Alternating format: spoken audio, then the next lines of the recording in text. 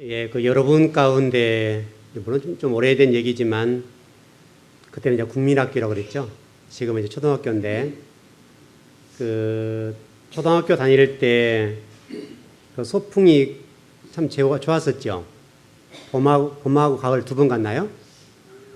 예, 그때는 뭐, 잘 먹고 살지 못한 때니까, 그 소풍 때나 되어야, 그 도시락을 싸더라도, 그때는 계란 후라이라고 그럽니까?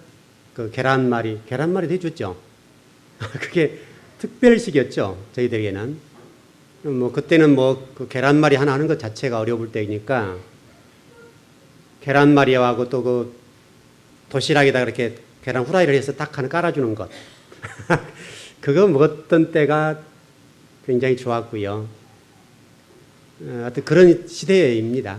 그런 시대인데, 그 소풍의 하이라이트는 뭐죠? 소풍의 하이라이트? 보물찾기. 그 보물찾기를 할 때 보면 그 선생님들이 먼저 우리 점심 먹을 때 다리 숨겨놓잖아요. 그 나무 위에다 이렇게 꽂아놓기도 하고 돌 밑에다 또는 풀 밑에다 이렇게 숨겨놓는데, 그러고 나서 이제 마지막 다 소풍이 끝나고 나서 전교생들에게 그 보물찾기를 하라고 하잖아요. 그러면 학생들이 우르르 뛰어나가서 보물찾기를 하는데, 이제 많이 찾는 친구들 같은 경우는 많이 찾고요. 저는 별로 찾아보지 못한 것 같아요. 많이 못 찾았어요. 그럼 가끔 이렇게 못 찾으면 선생님이 가만히 와서 오셔가지고 저한테 하나 이렇게 주시는 경우도 있고, 막 그런 기억이 나시죠? 참 추억이 아련해요. 근데 벌써 이게 나이가 들어서 많이 먹었어요. 그때만 해도, 지금 생각해도 그때가 이렇게 추억이 그대로 있고, 그때 뛰어놀았던 생각이 지금도 있거든요. 근데 나이는 들어서 이제 이렇게 많이 와버렸어요. 근데 그때가 그렇게 좋았다고요. 그래서 아마도 이제 좀 더 나이가 들어가면서 계속 생각이 뭐냐면, 이제 은퇴하면 시골에 살아야 되겠다. 이 생각을 늘 가지고 있다고요. 그게 과거 시골에 대한 그 향취라고 합니까? 어떤 그런 정들, 그런 것들 때문에 그렇고, 참 과거 우리 어렸을 때의 그 소풍을 통해서 보물찾기를 가지고 흥겨웠던 시간들을 보낸 적이 있습니다. 여러분, 그 선생님들이 이 보물을 이렇게 숨기는데, 뭐 이런 생각이에요. 선생님들이 보물을 숨길 때에 그 보물을 찾도록 숨겼을까요? 아니면 아예 못 찾도록 숨겨놨을까요? 찾도록 숨겨놨겠죠. 오늘 그 요한계시록을 그게 설명하는 겁니다. 자, 요한계시록이 뭔가를 설명하기 위해서 지금 소풍을 얘기하는 거예요.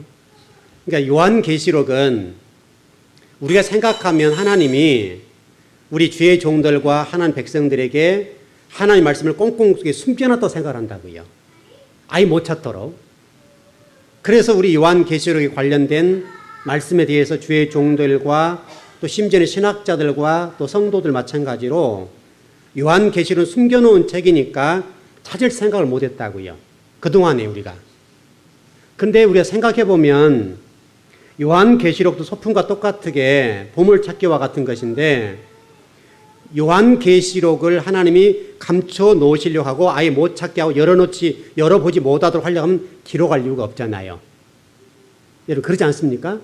그러니까 우리가 그동안의 요한계시록을 이해할 때 어렵다, 또 뭐 수수께끼다, 뭐 퍼즐을 맞추는 것이다, 이런 생각들을 선입견을 가지고 있으니까 펴보려고 안 했단 말이죠. 그러니까 우리 주의 종들과 신학자들과 우리 성도들 사이에서도 요한계시록을 펴보는 것은 이상하다. 그래서 아예 안 펴려는 거죠. 그래서 많은 주의 종들도 강단에서 말씀을 전할 때 66권 가운데 마지막 결론적인 요한계시록은 펴보지 않는 거예요. 그러면 이게 하나님 앞에 죄지요. 불성실한 거니까. 그래, 여러분 잊지 말 것은 요한계시록은 비록 조금 감춰진 부분이 있을 수 있죠. 있을 수 있으나, 그러나 그 모든 것들을 숨겨놓고 찾지 못하도록 한 목적이 아니라 다 모든 사람들이 읽고 이해할 수 있도록 기록해 놨다는 거예요. 이 전제에 출발하셔야 돼요. 그동안에 많은 주의 종들과 우리 신학자들 사이에서도 요한계시록은 어렵다고 해서 연구 자체를 꺼려하고 또 연구를 안 했어요. 연구를 안 하니까 성경이 안 열리는 거죠. 어렵다는 이유 때문에 그래요. 만일이 어렵다는 이유 때문에 요한계시록을 펴보지 않거나 연구하지 않고 공부하지 않는다고 한다면 영원히 묻히게 되겠죠. 이것은 하나님 뜻이 아니죠. 비록 조금 어려운 부분이 있죠. 왜냐하면 적어도 요한계시록을 펴보려고 한다면 성경 전체의 모든 흐름과 깊이와 높이를 다 알아야 돼요. 모르면 안 돼요. 분명히 요한계시록 조금 어려운 건 사실이에요. 그렇다 하더라도 성경을 다 연구해보고 알면 알게 되어 있다고요. 그렇게 어려운 게 아니라고요. 그러나 이 어렵다는 사실 때문에 도전하지 않고 공부하지 않고 연구하지 않는다고 한다면 이것은 하나님 뜻이 아니죠. 여러분도 인생을 살아보면 때로는 인생 가운데 어려움이 있어요, 없어요? 많이 있죠. 난관에 부딪히고 어려운 문제가 있고 이 문제는 도저히 극복할 수 없겠다. 미리서 포기하고 절망하는 일들이 있을 수 있다고요.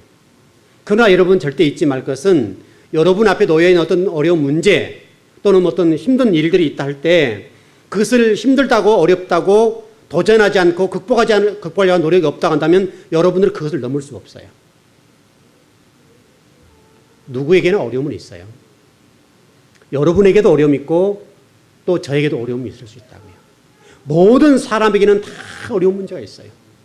이 땅에 존재하는 사람들 가운데 어렵지 않는 사람은 하나도 없다고요. 또 어떤 극복하지 못할 문제, 어떤 딱 절망스러운 상황이 맞닥뜨리는 그런 일이 있다고요. 문제는 여기 앞에서 그것을 응시하고 도전할 것이냐, 좌절하고 낭망해 볼 것이냐 이 차이예요. 요한계시 똑같고요. 여러분 삶도 똑같고요. 그래서 적어도 우리 인생을 살아가는 데 있어서 마찬가지고 성경을 이해하는 데 있어서 마찬가지인데 어떤 어려운 문제가 있을 수 있겠지만 그 어려운 문제에 대해서 극복하려는 의지와 도전하고 공부하고 탐구하는 그런 자세를 가지게 되면 답은 나올 거라고요. 인생에도 마찬가지고 또 성경도 마찬가지고 요한계시록도 마찬가지예요. 여러분 존 칼빈이라는 사람이 우리 장로교의 아버지라고 그러는데요. 모든 성경 주석을 다 했어요. 그런데 요한계시록을 주석하다가 붓을 꺾어버렸어요. 나는 못하겠다. 그래서 이것 때문에 우리 주의 종들과 우리 신학자들이 요한계시록을 공부하지 않고 탐구하지 않아도 되는 것을 이해했다고요. 그러면 존 칼빈이 성경을 해석할 때와 지금과는 문화와 이 지식의 수준이 게임 자체가 안 되잖아요. 엄청나게 발전했다고요. 과거에 1000년 내에 어떤 일들이 벌어지고 발전할 일들이 지금은 한 달 안에도 어떤 경우는 하루에도 해결된다고요. 그만큼 지금 발달되어 있어요. 발전해 있고 지식 수준이. 그렇기 때문에 존 칼빈이 당시에는 이것을 해석하지 못했다 할지라도 그것이 우리 주의 종들과 우리 신학자들에게 위안이 되거나 그것이 정당화돼서는 안 된다고요. 성도들에게도 마찬가지. 일단 하나 좀 정리해 보십시다. 그동안에 우리가 요한계시록 어렵게 생각하고 힘들게 생각했지만은 일단 결론적으로 좀 정리해 보면 요한계시록은 딱 한마디로 딱 함축해서 엑기스를 확 짜버려서 다 버려버리고 하나만 딱 짜낸다. 뭐냐면 예수님이 이기신다. 예수님께서 이기신다. 그거예요. 예수님께서 이기신다는 사실을 요한계시록 말씀을 싹 짜서 딱 엑기스를 짜버리게 되면 그거 남아있다고요. 동시에 예수님이 이기신다는 부분이기 때문에 요한계시록은 이 가시적인 우리 지금 교회들이 때로는 당하기도 하고 때로는 좌절하기도 하고 때로는 낭망하기도 하고 때로는 어려운 일이 있다는 거예요. 때로는 교회가 환난을 당할 수 있다는 거예요. 때로는 죽임을 당할 수 있다는 거예요. 때로는 핍박을 당할 수 있다는 거예요. 때로는 교회가 고난을 당할 수 있다는 거예요. 진리를 따르는 일 때문에 힘든 일이 있다는 거예요. 그러나 분명한 사실은 하나님께서 이 교회를 통해서 말씀하시고 요한계시록을 통해서 말씀하시는 것은 예수 그리스도를 구주와 주님 믿는 사람들은 반드시 승리하고 한 사람도 나고자 없이 반드시 새 하늘과 새 땅으로 인도하겠다는 거예요. 그게 요한계시록이에요. 그러니 얼마나 여러분의 소망적인 말씀이에요.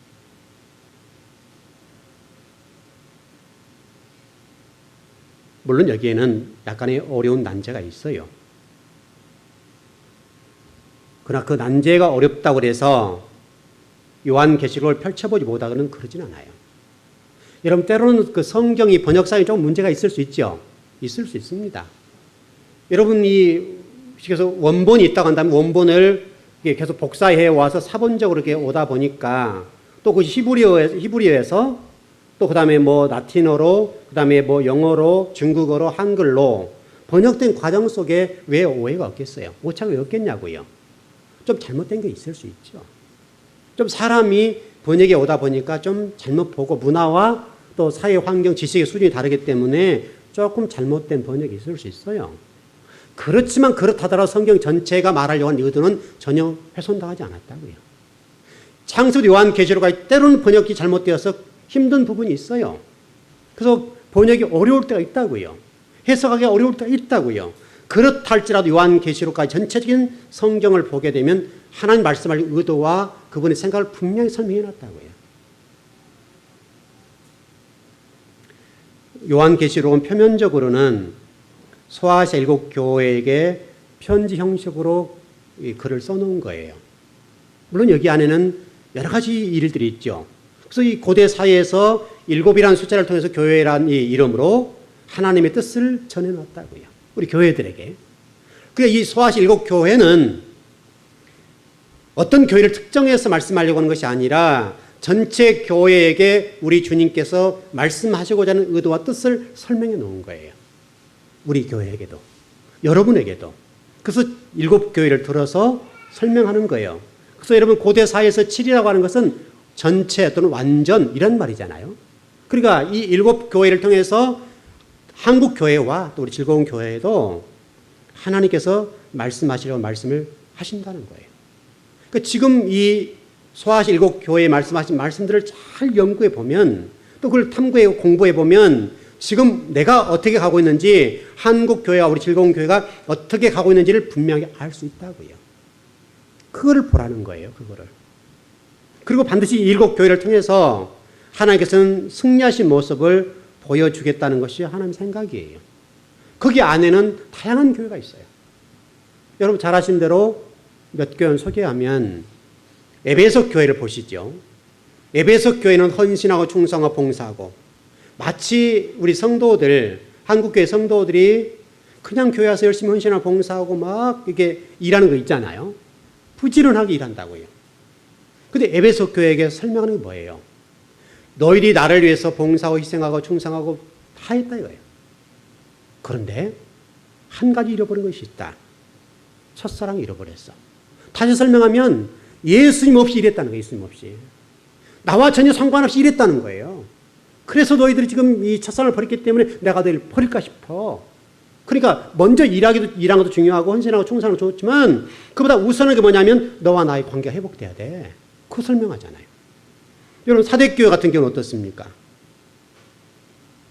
사대교회의 모습을 보게 되면 살아있는 것 같은데 너 죽었어. 여러분 지금 교회의 현상을 보십시오. 어떤 교회들을 보게 되면 성도가 운집하게 되고 때로는 수만 명, 수십만 명 모이는 교회 있다고요. 꼭 그게 나쁜 어떤 것을 의미하는 것은 아니겠지만은 그러나 사대교회 형식으로 봤을 때는 세상 사람들이 봤을 때는 그 교회가 살아있다고요. 외형적으로도 성도의 숫자와 어떤 교회 하는 일들을 보게 되면 살아있다고요. 근데 어떤 경우는 예수님 없이 하는 교회가 있다고요. 너희들이 살아있는데 살아있는 것은 보이지만은 죽었어. 사대교회라고요. 여러분 특별히 우리 아주 주목해 볼 부분은 1장 11절을 한번 보시면 이렇게 되어 있을 겁니다. 너는 보는 것을 책에 써서 교회에 보내라. 근데 여기서 주목할 것은 우리가 지금 대충 이렇게 하잖아요. 지금은 뭔지 여러 가지 발달되어서 그렇지만은 과거에 편지 형식으로 보낼 때는 한 사람에게 하나의 편지를 보냈잖아요. 똑같은 내용을 가지고 또 다른 사람이 다른 내용을 가지고 또 편지를 보냈죠. 이렇게 보냈다고요. 그리고 요한계시록을 이해할 때 우리가 잘못 이해하면 각자 다른 교회, 7교회에게 다른 내용의 글을 써 보냈을 것이라 이해하잖아요. 그러지 않았다고요.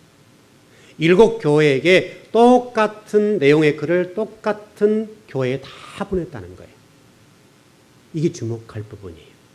그러니까 에베소 교회 너희들 지금 이렇게 하지만 첫사랑을 버렸어? 너 이렇게 해. 이렇게 하고 에베소 교회만 보낸 것이 아니라 그 내용과 뭐 두아디라 교회, 뭐 서머나 버가목 교회 또는 뭐 나오디아 사대교회 형식의 모든 편지를 따로따로 보낸 것이 아니라 모든 내용을 똑같이 봉해서 모든 교회에 동일하게 보냈다는 거예요. 이것을 여러분 주목해 보셔야 돼요. 지금도 동일해요. 지금도 이 교회들을 통해서 하나님은 우리에게 말씀하시려고 하는 게 있다고요. 여러분, 그래서 요한계시록은 조금 어려운 사실이지만 특별히 주목해야 될 부분은 교회론이에요. 교회론. 요한계시록 교회론을 모르게 되거나 이해 못하게 되면 요한계시록은 이해가 안 되고 해석을 할 수가 없어요. 그래서 여러분, 요한계시록은 교회론에 집중해서 교회를 설명한다고요. 어떻게 교회가 돼야 되는가, 어떻게 좀 교회가 가야 되는가, 이걸 좀 설명하는 거예요. 좀 간략하게 좀 정리를 해볼까요? 요한계시록 4장에서 5장의 내용을 보게 되면 24장로가 나오죠. 그 다음에 7장에 보게 되면 세울 수 없는 무리가 나오고 11장에는 성전과 도시 문제가 나온다고요. 그 다음에 12장은 여인, 14장은 14만 4천, 15장은 승리자들, 19장 어린 양 신부, 이런 얘기들이 나온다고요. 그러니까 이 교회의 시대에 교회에게 지금 이 요한계시록을 통해서 말씀하시고 싶어 하시는 아버지 뜻이 있다고, 메시지가 있다 이 말이죠. 우리는 그 메시지를 들으면 돼요. 이 요한계시록을 통해서 하나님 뭘 말씀하시려고 하는가, 그 메시지를 듣고 그 메시지에 따라서 순종해 나가면 된다고요. 그래서 이렇게 좀 정리하면 돼요.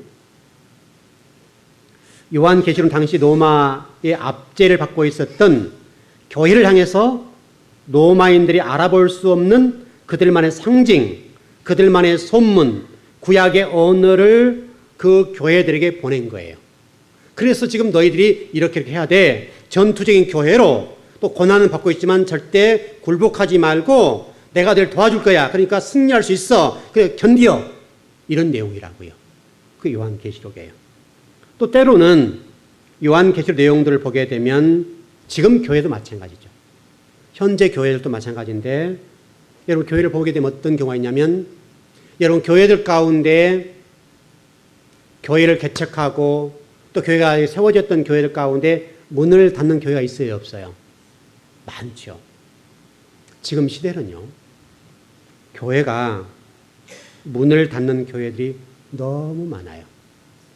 너무너무 힘들다고 지금. 교회 하나가 지탱대에 서 있는 자체가 너무 어려워요. 그래서 지금 이 순간에도 많은 교회들은 문을 닫고 있어요. 그래서 지금 한국 교회가 엄청 무너진다고요. 어떤 제가 사이트를 보니까 1년에 한 300교회 정도가 어디 이 교회, 큰 교회들이 또는 작은 교회들이 팔려서 넘어가는 경우가 많아요. 너무 아픈 얘기예요. 너무 막 무너진다고요. 이렇게 무너지고 실패하는 경우도 본다고요. 또 때로는 여러분 교회들을 세상 사람들이 말하잖아요. 야, 니들 교회가 좀 교회답지 못해. 왜 교회가 그래? 냄새가 난다고요. 냄새가 나고 때로는 교회가 부패 있다고 얘기를 한다고요. 그래서 교회가 지금 굉장히 어려워요. 그래서 세상 사람들이 보는 입장에서는 마찬가지고 성도들이 보는 입장에서는 마찬가지인데, 교회가 실패하고 무너지고 냄새가 나고 어려워졌다고요. 굉장히 힘들어요. 그래서 실패한 것처럼 보여요. 그러나 주님은 그런 교회가 있지만은, 그러나 교회는 반드시 아버지 뜻을 행할 것이고 승리한다. 그를 설명해놨어요. 여러분, 실패하는 교회를 보지 마시고, 때로는 사단에 의해서 넘어지고 실패하고 냄새나는 교회가 있다고요. 그래서 인정한다고요, 주님께서. 그러나 그런 교회가 있지만은 멀리 보게 되면 반드시 하나님이 교회를 통해서 하나님 뜻을 완성하겠다는 거예요.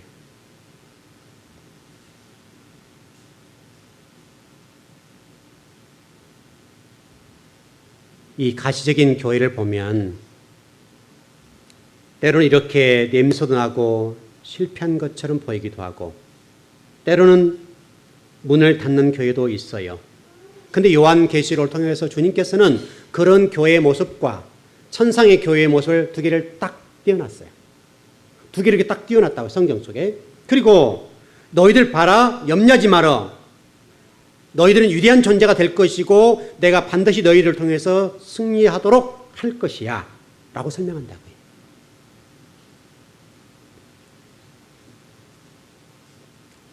여러분과 제가 봐도 우리 교회도 그럴 것이고 또 세상에 있는 교회들이 인간적인 눈으로 봐도 너희들 왜 그래? 그럴 수 있어요. 여러분 가운데도 좀 진리적인 안목만 가진다면 세상 교회를 향해서 바라볼 때 또 우리 교회를 바라볼 때 너희들 교회 왜 그래? 너희들이 정말 예수 믿는 사람들 맞아?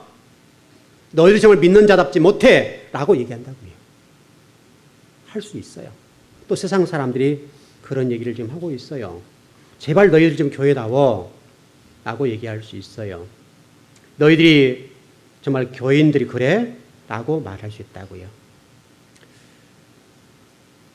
그러나 여러분 이렇게 이해하십시다. 교회는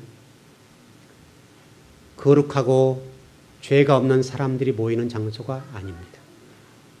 교회는 냄새나는 사람들이 모이고 교회는 죄인들이 모이고 교회는 인간적으로 세상적으로 봤을 때도 원하는 사람들이 모인 곳이 교회예요. 그게 교회예요. 죄인 아닌 사람은 교회에 올 필요가 없어요. 교회는 죄인들이 모인 곳이에요. 여러분 예수님께서 이 땅에 오셔서 말씀하셨잖아요. 나는 의인을 부르러 온 것이 아니라 죄인을 부르러 왔다. 여러분 그거예요. 그러니까 여러분 우리가 때로는 냄새가 나고 어려운 부분이 있지만은 그러나 우리가 진리 말씀을 듣고 죄인들이 모여서 말씀을 듣고 또 듣는 가운데 조금씩 변화가 일어나서 마지막에는 완전한 자가 되어서 주님 앞에 가는 거. 그게 교회예요. 우리 그거 하자고 모여 있는 거예요. 그거 하자고. 혹시라도 여러분 예배 드린 분들 가운데 거룩하신 분이 있으시다면 교회에 오실 필요가 없습니다. 죄인 나는 아니다라고 생각하신 분들은 교회에 오실 필요가 없습니다. 예수님은 십자가상에서 죄인들을 위해서 피를 흘리셨어요. 거룩한 사람을 위해서는 십자가에서 피를 흘리지 않았다고요.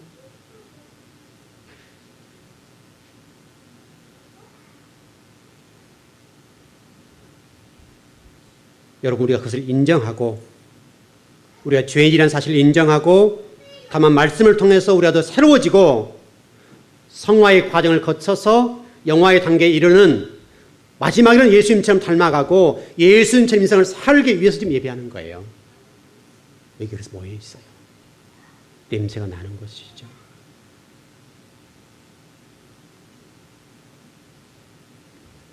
동시에 요한계시를 통해서 우리에게 말씀하시는 것은 너희들이 죄인들이 모여 있지만은 한 가지는 잊지 말아라. 진리 때문에 또 하나님 나라 때문에 너희들이 핍박을 당하고 고난을 당해야 된다. 그것은 해야 된다. 너희들이 비록 냄새가 나고 때로는 세상에서 욕을 먹지만은 한 가지 잊지 말 것은 너희들이 예수님을 믿고 나를 영접했다고 한다면 구주와 주님으로 영접했다고 한다면 진리 때문에 핍박은 당해야 된다. 진리 때문에. 그렇다면 이렇게 정리해 볼까요? 우리는 과연 진리 때문에나 예수 그리스도를 믿는다는 사실 때문에 핍박을 받는 것을 감사하게 생각하는가? 여러분 어떠시나요? 우리는 복과 은혜 또 물질적으로 풍족해지면 감사다 이렇게 말할 수는 있지만은 진리 때문에 핍박을 당하거나 예수 그리스도 때문에 욕을 얻어먹고 때로는 뺨을 맞고 때로는 세상 사람들에게 질타를 당하는 그 일들 때문에 우리는 감사하냐 이거죠. 오히려 세상과 손잡고 부를 추구하는 사람들이 존경받는 교회가 아니냐. 저는 우리 즐거운 교회는 그런 교회가 아니었으면 좋겠습니다. 저도 우리 즐거운 교회는 진리 때는 피를 흘리고 진리를 실천하는 문제 때문에 눈물을 흘려야 되는 그런 교회, 하나님 교회를 섬기다가 어려움을 당하고 핍박을 당하고 때로는 욕을 얻어먹지만은 그것 때문에 주님 앞에 감사할 수 있는 그런 교회, 저는 그게 교회라고 생각합니다. 하나님의 성경 말씀을 통해서 요한계시를 통해서 말씀하시는 것은 너희들이 진리 때문에 나에게 어떤 흔적을 가지고 있느냐, 진리 때문에 환난을 당하고 고난을 당하는 그 일들 때문에 흔적을 보여다오. 그걸 말씀한다고요.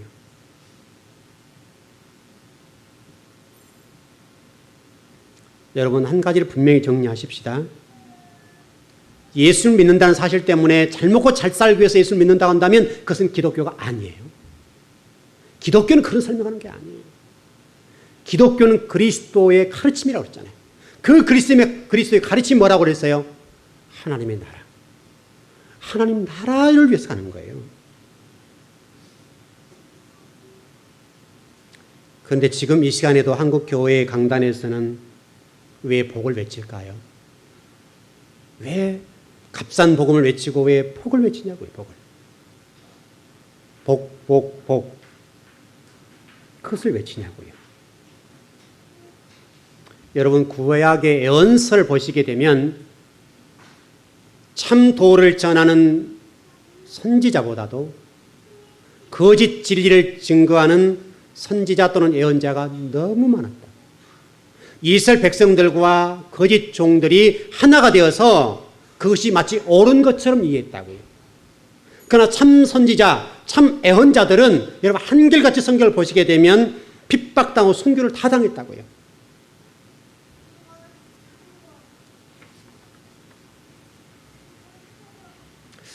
왜 지금 이 시대에 우리 교회들은 넓은 길만을 추구할까요?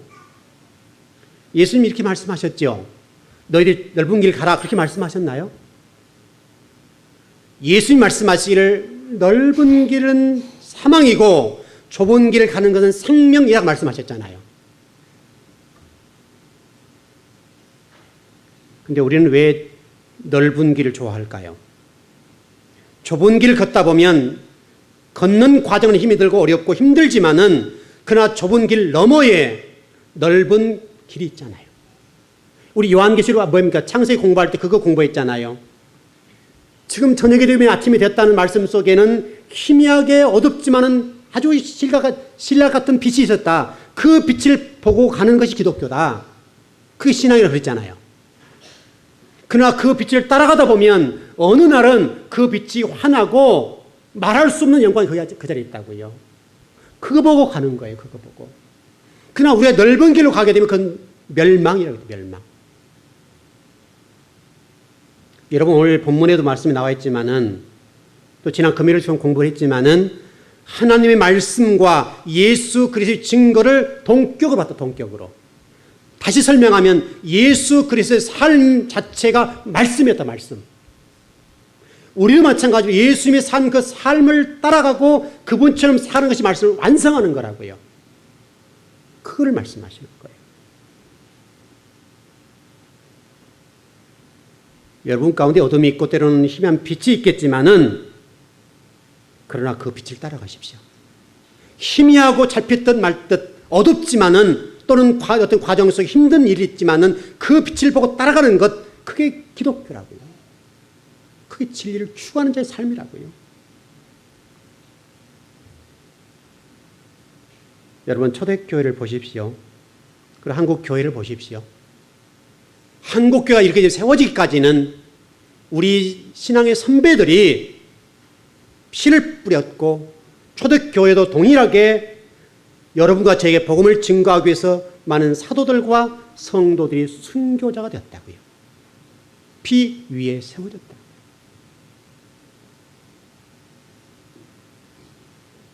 오직 그들은 예수님의 십자가의 죽음과 부활과 승천과 재림 이것을 붙잡고 어떤 어려움 속에도 순교자가 되었어요.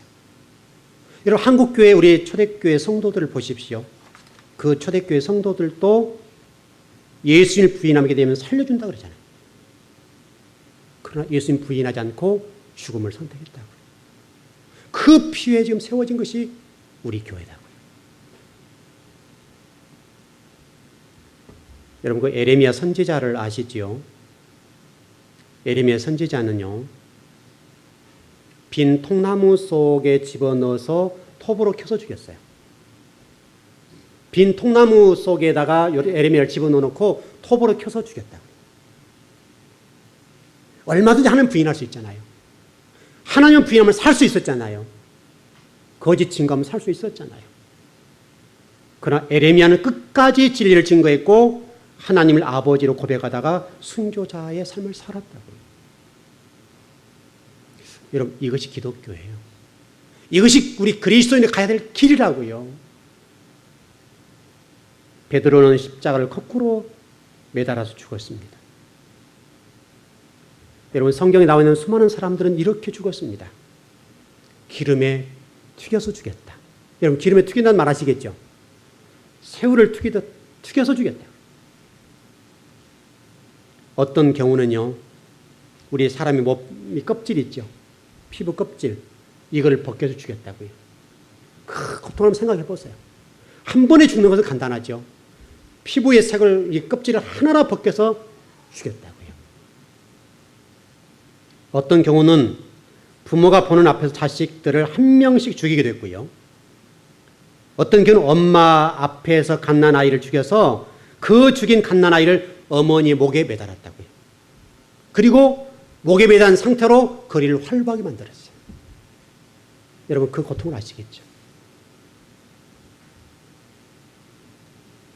여러분, 성경에도 기록된 내용 가운데 이런 부분이 있잖아요. 이스라엘 백성들이 애호살림을 당할 때에 먹을 것이 없어서 부모들끼리 가위바위보를 하잖아요. 그리고 오늘은 이 자식, 내일은 저 자식 삶아 먹었다고. 여러분, 이렇게 세워진 게 기독교예요. 이렇게 세워진 게 교회라고요. 그런 신앙의 선배들이 있었기 때문에 지금 저와 여러분이 구원받는 백성이 되었다고요. 그럼 우리도 또한 우리의 후대들을 위해서 바른 진리의 길을 걷고 진리 말씀들을 따라가다가 좁은 길을 걷다가 복음을 증거해서 그들에게까지 복음을 전해줘야 되지 않겠어요?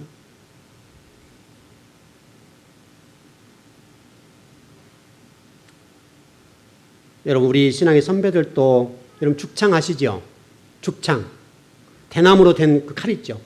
그 끝을 뾰족하게 해서 그걸로 찔려 죽임당하는 사람이 얼마나 많았는데요. 그런데 왜 우리는 그런 길을 거부하고 넓은 길을 가려고 할까요?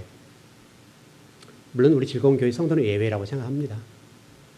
여러분들은 적어도 어떤 좁은 길과 어려운 길을 진리 때문에 핍박을 당한 곤욕스러운 일이 있다고 한다면 감사하십시오. 주님이 나를 사랑하시기 때문에 그 고난의 길을 주시고 환난의 길을 주시고 그 좁은 길을 나로 하여금 걷도록 하신 그 은혜, 넓은 길을 걷는데도 불구하고 하나님께서 아무런 말씀하지 아니하시고 태클을 걸지 않는다고 하면 어떻게 되겠어요, 여러분? 넓은 길을 걸어가는데 주님께서 못 본 척한다. 어떻게 되겠어요?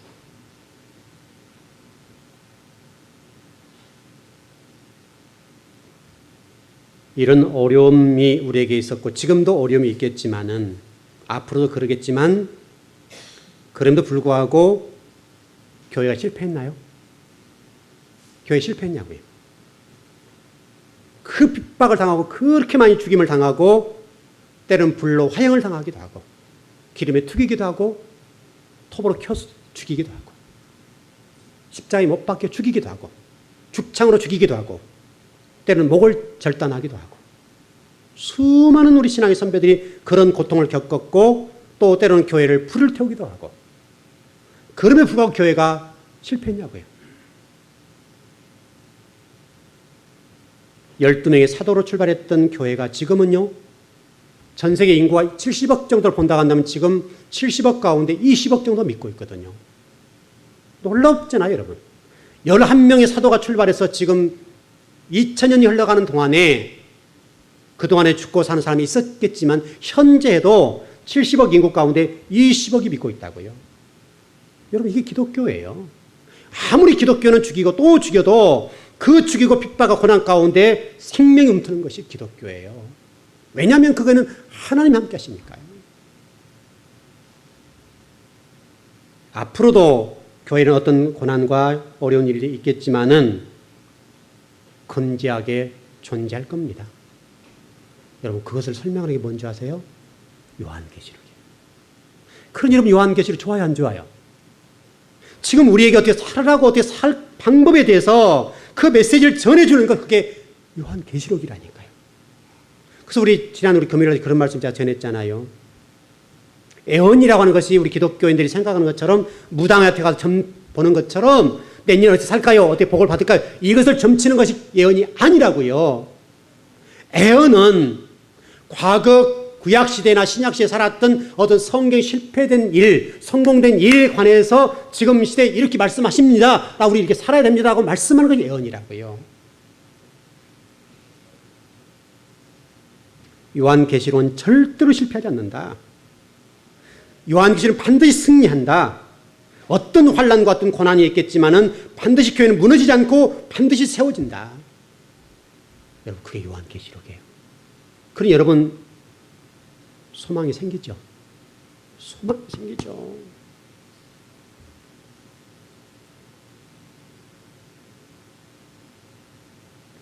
근데 왜 지금 교회들은 풍요와 번영을 좋아할까요? 서구 교회들이 오락과 레저와 취미 생활에 밀려서 교회들이 계속해서 교회를 부흥하겠다는 명목으로 오락하고 레저하고 취미 생활하게 되고 이런 일이 빠졌다고요. 근데 놀라운 사실은 그런 교회마다 문을 닫는 거예요. 지금 서구의 교회들이.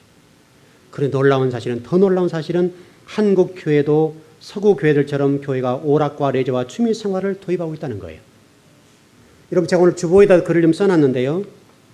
한국교회 무엇이 문제인가 이런 글을 좀 써놔서 한번 잘 읽어보세요. 이게 문제라고. 교회는 오락하기 위해서 모인 것도 아니고 레저하기 위해서 모인 것도 아니고 취미 생활하기 위해서 모인 것도 아니고 교회는 예배하는 곳이에요. 예배하기 위해서 모여요. 그래서 교회를 예배당 그러고 예배당. 여러분 잊으시면 안 돼요.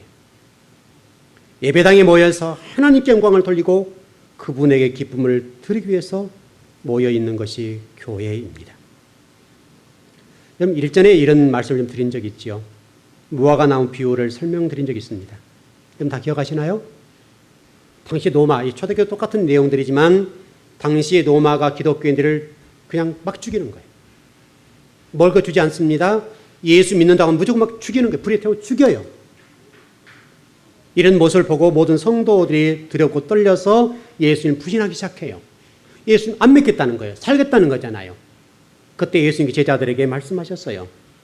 너희들이 무화과 나무 보았지? 예, 보았습니다. 무슨 얘기하는 거예요? 이 무화과 나무가 지금 말라버린 것처럼 너희들 로마는 곧 말라 죽을 거야. 실패할 거야. 그러니 너희들 이 말라버린 무화과를 보면서 로마가 곧 멸망한 사실을 알고 있으니까 예수 믿고 핍박당하고 때로는 죽임을 당하지만 그대로 가. 얼마나 소망적입니까? 실질적으로 로마가 멸망했잖아요. 여러분 이것이 요한계시록입니다. 오늘 말씀을 통해서 혹시라도 여러분 예수 믿는 것 때문에 핍박을 당하거나 어렵거나 힘든 일이 있으시다면 주님 이름을 사랑하는 증거입니다.